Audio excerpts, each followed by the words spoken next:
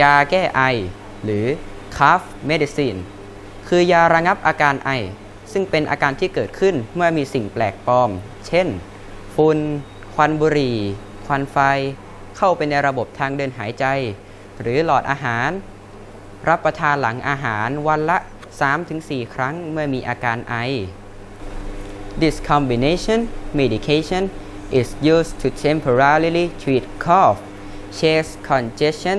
and stuffy symptoms.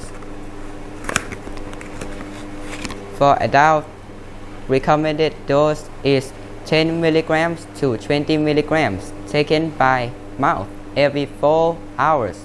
or 30 mg taken by mouth in every 6 to 8 hours. The maximum daily dose for adults is 120 mg. For children 6 to 11 years of age,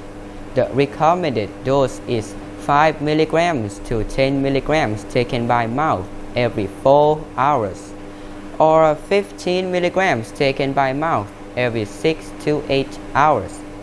The maximum daily dose for children is 60 mg.